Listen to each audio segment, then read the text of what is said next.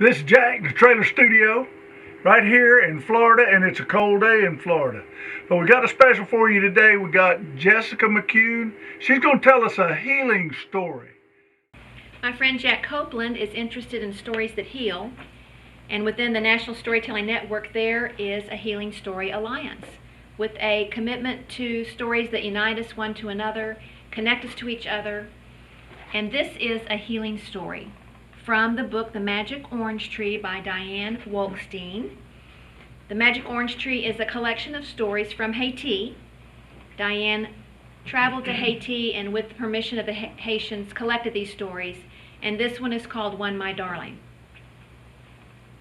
A mother lived in a home on the very edge of a forest. She had 3 daughters. 2 of them she loved, 1 she did not. Every day the mother would leave the home, walk down the sidewalk to the street, and into the marketplace. She would carry a basket with her and she would do the daily shopping. She would come back with her basket full and she would walk up the sidewalk and stand outside of their home and sing out, "One my darling, come to mama. 2 my darling, come to mama. Stay, Philemondre. Stay where you are." And the 2 girls would go screaming out of the front door. They would grab her mother's arms. They would reach for the basket. They would ask for, "What is in it for me? What is inside the basket?" And they would come into the home, and the mother would put the basket on the table, and there would be treats for her 2 plump daughters. But not for Philemondre. Stay, Philemondre. This went on every single day. And there was a devil that lived in the forest, and he was quite interested in this daily occurrence. He was particularly interested in those 2 plump daughters. So, one day, when the mother walked down the sidewalk and turned to go down the street to the marketplace, he crept to the side of the house. And he had been watching, and he pushed the branches out of the way, and they screeched against the side of the house, and the daughters went, "What is that noise? It sounds terrible." And he cried out, "One my darling, come to mama. 2 my darling, come to mama. Stay, Philemondre, stay." And the girls went, "Oh, that's a horrid noise. What is it?" And they kept on playing their games. The devil was irritated. They had not followed his plan, and he went back into the forest, deep, deep, deep into the forest, and he found the hut of the plumber. And he knocked on the plumber's door. "You need to make my voice tighter. It needs to be higher." And the plumber said, "Okay." And he got the biggest wrench he had, and he ratcheted that wrench around the devil's neck, and his voice squeaked and squeaked and squeaked, and it got higher. Every day the mother would walk out the house. She would go down the sidewalk, turn and go down the street to the marketplace, and come back with her basket full of goodies and treats. And she would sing out, "One my darling, come to mama. 2 my darling, come to mama. Stay, Philemondre. Stay where you are." And the 2 girls would go screeching and screaming with delight, "Mother, what did you bring for us?" And they would come inside the house. She would put the basket down. They would all eat treats except for Philemondre. Well, the devil was waiting for his chance. And the next day, when she left the house with her basket and went to the market, he crept again to the side of the house and pushed all of those branches to the side and cried out, "One my darling, come to mama. 2 my darling, come to mama. Stay, Philemondre, stay where you are." And the girl said, "Oh my gosh, that is a terrible noise. Are there branches brushing against the windows? Oh, it's awful. I wish that noise would stop." He was so angry, and he went thundering into the forest. He went marching up to that plumber's. He beat on the plumber's door. "You have made my voice too high." And the plumber said, "Okay, whatever."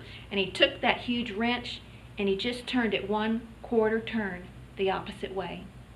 And the next day, when the mother went out of the house with the basket over her arm, and after she'd been gone a few minutes, he crept to the side of the house and he sang out loud and true, "One my darling, come to mama.